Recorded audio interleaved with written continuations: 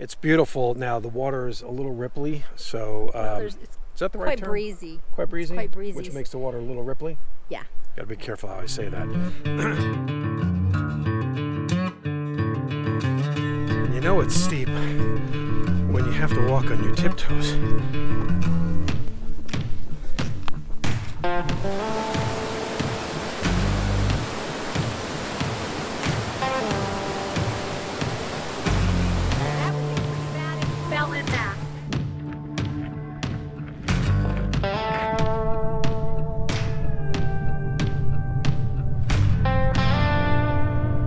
Well, it's another day, and guess what? It's another mountain.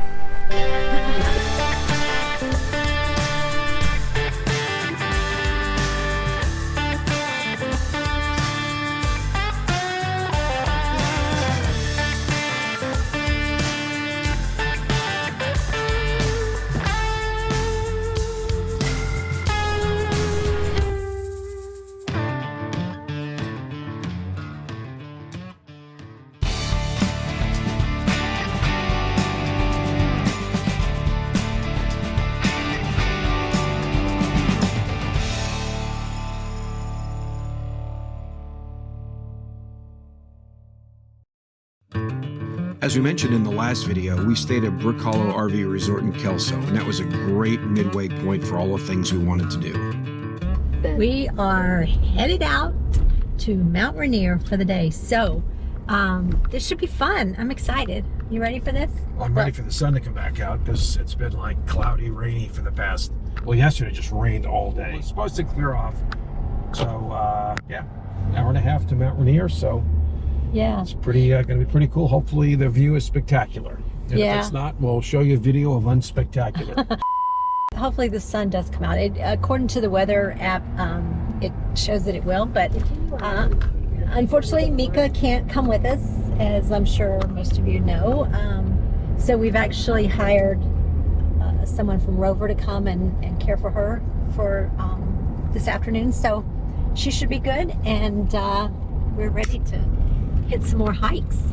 Well, wait, is that how you say it? We're ready to hike some more, so hit some more trails. So we'll see you up there.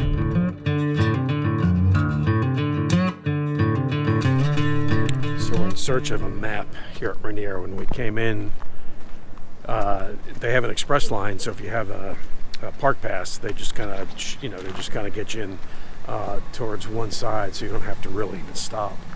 Problem is, there's nobody there to give you a park pass, so we had to drive in about 10 miles, I guess, to the town of Paradise, and then there's a bunch of stuff here. So we're going to see if there's a map that we can find some trails. We looked at it before, but of course there's no cell coverage here, so we can't look at it now until we find a map. Everything we had read said if you had only one day to hike in Mount Rainier, you should do the Skyline Trail. In order to do that, you had to drive up 5,400 feet of elevation to get to the trailhead.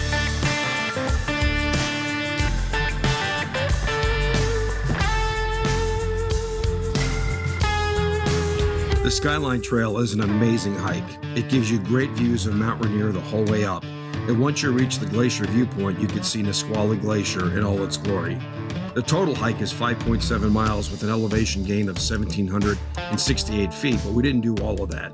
The initial part of the hike is quite steep from the parking lot, but that grade eases out as you start to climb a little further up. All right, we decided to do the Skyline Trail, and sorry for my heavy breathing, but you start out about 5,400, and of course we've been at sea level, give or take, a couple hundred feet for the last probably month or so, and we're going up to Rainier. Not all the way, but give you an idea how steep this is. And you know it's steep when you have to walk on your tiptoes to get up the mountain. I think they forgot to put switchbacks in because it's pretty much straight up. So, but what's ahead of me is just absolutely stunning. It'll be more stunning as we get closer.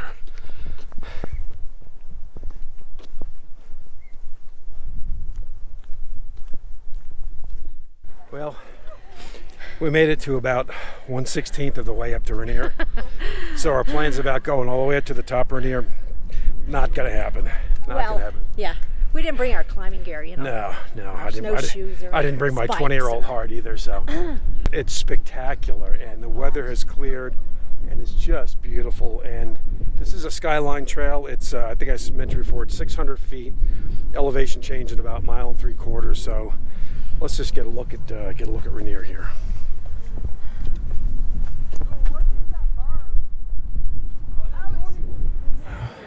So basically, I was reading about this particular glacier, and back in the 1800s, people would, of course, go and get ice from the glacier for their food preservation and all that sort of thing. And over the years, they noticed that they had to go further and further up the glacier to reach it.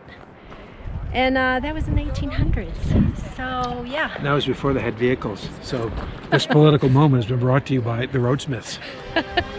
Standing at 14,411 feet, Mount Rainier is the highest peak in Washington State and the highest peak in the Cascade Range. It's still an active volcano, and it last erupted in 1894. There are a total of 25 glaciers on the mountain, and it's the most glaciated mountain in the contiguous United States.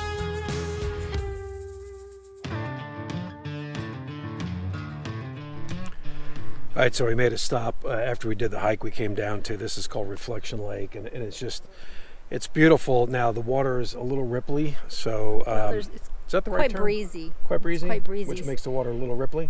Yeah. Gotta be careful how I say that. I'm sure when the water is calm, you can just see the reflection of Mount Rainier on it, and it's just beautiful here. So, And I'll be honest, I didn't really think it'd be that grand today. Like, I'm like, Mount Rainier, meh. oh, it's But, beautiful. oh my And gosh, the weather's- I've been totally blown away. Yeah, the weather, like they said, the weather cleared out, and it's just beautiful. So definitely going to put this on a list of places to come back to when we do our national parks tour season, whatever. We'll figure that one out. But anyway, just we got some people coming here. It's busy around here. Yeah.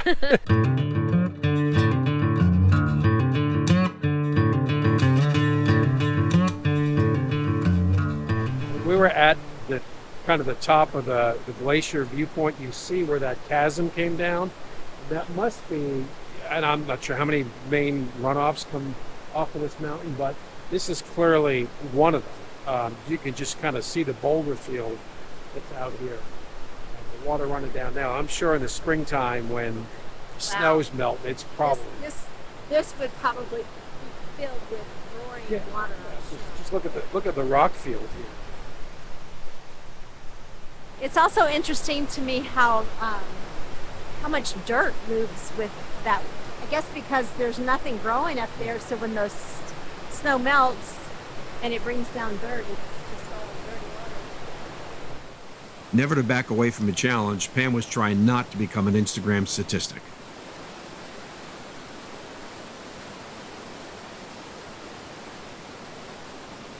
That would be pretty bad if you fell in that. While we were in the area, we wanted to visit the town of Astoria, Oregon. This town was founded in 1810 by John Jacob Astor, and he created a fur trading post. It's the oldest settlement west of the Rocky Mountains. The town is famous for numerous things, including several movies that were filmed there. The Guardian, Into the Wild, The Ring 2, Free Willy, and of course, the cult favorite, The Goonies. Who better to show us around this town than some YouTube friends of ours who live in the area, Jerry and Teresa from Happy Place Diaries. It's home to the Coast Guard station that performs rescues on the treacherous Columbia Bar, as well as the bar pilots.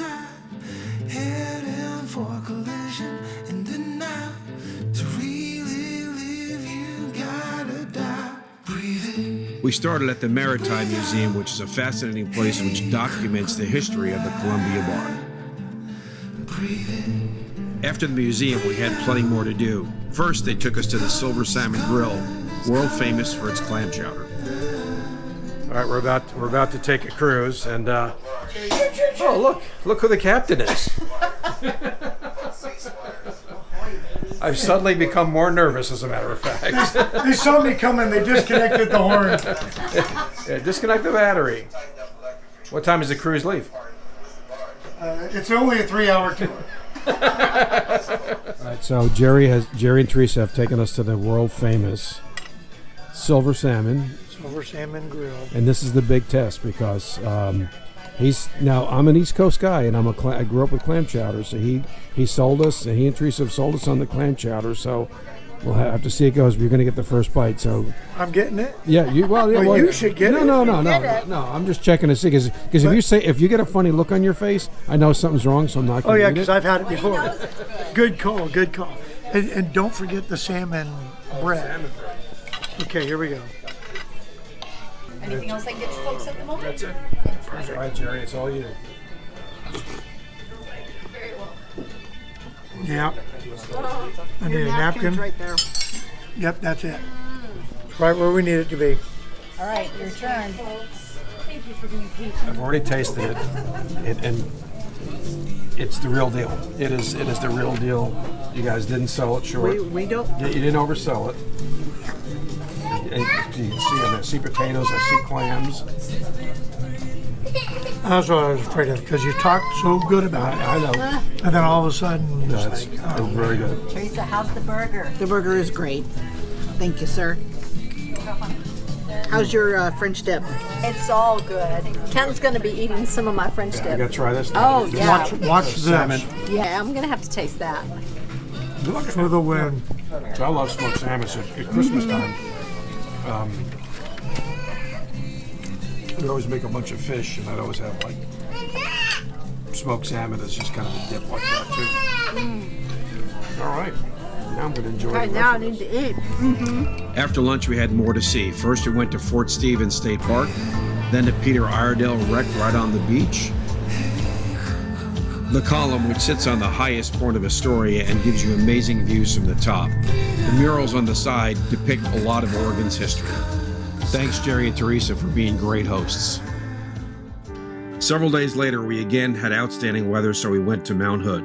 Iconic in its presence, so close to Portland, it stands at 11,239 feet and is the tallest peak in Oregon. It's a sleeping volcano with the most recent eruption in 1907. Well, it's another day, and guess what? It's another mountain. Yeah, Mount Hood. This one's Mount Hood. So what's so unique about this part of the country, at least in my opinion, is that, let's see, we've done, out of the big five, I guess you can call them, Mount Rainier, Mount St. Helens, Mount Hood, Mount Adams, and then Mount Olympus. We've done three of them. So we've not done Mount Adams, which is a little bit harder to get to. That's further east than like Mount St. Helens. You can see it from there. And then Mount Olympus is just way too far away from where we're staying, so we'll leave that for the next time. But what's so cool about these is that these huge mountains just kind of come out of nowhere. And obviously they're in the Cascades, but it's not like the Rockies where you see 14ers and 12,000 feet everywhere. These just kind of rise. So we drove basically, started at sea level at the Columbia River, and made our way up right now about 5,600 feet. Now, we didn't walk that. You have to drive up a lot. And then we're above the timberline. So the timberline's 5,600 feet or so. There's still some more timber. Yeah, I was just going to look and see. Yeah. But, yeah. 6,000. We're at 6,000 right now? Okay, so cool. But, yeah, this is It just... is cool, It is literally. cool. Well, not as cold as it was yesterday. A little warmer day today. Looks like some rain. We spot another mountain. That one, you said that's Mount Jefferson? And I didn't know Yeah, that. So based on the map. It's actually really tall. Yeah, it's really tall. That may be taller than Mount Hood. We'll have to look at that Show one. them that but way. That's kind of I cool don't know. They looking. probably won't see it, but right there. But yeah, It's up in the clouds. it's up in the clouds. But it definitely, well, I say it looks taller than Mount Hood. Of course, we're not at the top of Mount Hood, nor will we ever be at the top of Mount Hood. We saw some people going up there and hiking, so that. Wow, yeah, a lot of backpackers, Yeah. it seems. Which, if I were going to do that for me, I'd backpack down in the prettier part down in the valley. But I guess, when you're an adrenaline junkie like we aren't, they Like probably some are. friends of ours. Some friends of ours are. So anyway, so Mount Hood, not going to stay up here long today. No hiking. Just came up here to take a look at it, and that's beautiful. And there's a big bike thing going on, so the parking lot is packed. Well, there's a free concert. I don't think we'll make the concert because we have our dog and they're not allowed. But And I didn't bring my drums, so I can't do that. Anyway, Yeah. we're not going to hike today because we have Meka, well, but we're going to go up a little ways. that's a change of plans. There are a total of 11 glaciers in Mount Hood, and with its close proximity to Portland and Vancouver, Washington, It's an active playground easily accessible for these residents. After we left the mountain, we were looking for a brewery. After all, you are in Oregon, and we found one with probably the most uninspiring name ever. Such an interesting name. It just gotta, you gotta really have a sense of humor for that. So I'm gonna try the beer, and I'm sure it's good. I'm gonna try not to be bored. So what did you get? What did I get? I got the boring. No, wait. Oh, I just got the light rye. I got something called the Hot Scotty. No one, don't go there. Do not go there. It's a Scotch ale with some peppers that were mixed in, and so you get a quick. At the end of it, you get a quick, spicy. It's kind of like a sneaky hot. It's not really hot. It doesn't ruin the flavor of the beer, but you just get a little bit of that hot at the end of it. So, really good, cool place. Talked to the owner for a little bit. Talked to some locals. They gave us some ideas of where to go. We go to the coast. We have a recommendation for a great seafood restaurant. And it's funny because the name of this brewery is because they used to be located in Boring, Oregon, which is just a few miles down the road. But they've obviously since moved to Sandy.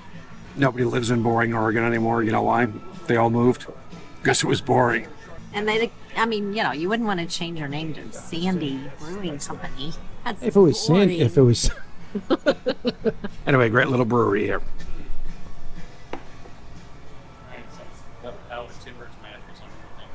Well, it's move day here from Brook Hollow in Kelso, and it's been a great stay.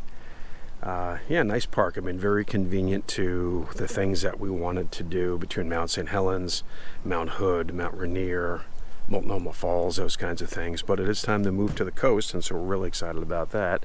Had to put in some air in the tires of the truck this morning, which is kind of surprising because I usually don't ever have to do that, but last time we had them rotated, you got 60 psi in the front and 80 psi in the back when you tow, and most places are good about when they rotate them that they know that, and they do that accordingly. Well, last time we had it rotated they didn't, and so I had to again put air. I should have done that before we left last time, but the backs were sitting at like 72, so it really wasn't too bad, but I've topped them off to 80. The RV tires are probably pretty good. It's pretty chilly here this morning, but anyway, time to leave here in Brook Hollow and move on to Rockaway Beach. And that's not the Rockaway Beach that's in the Ramones song, although that's a pretty cool place too, but this is Rockaway Beach, Oregon.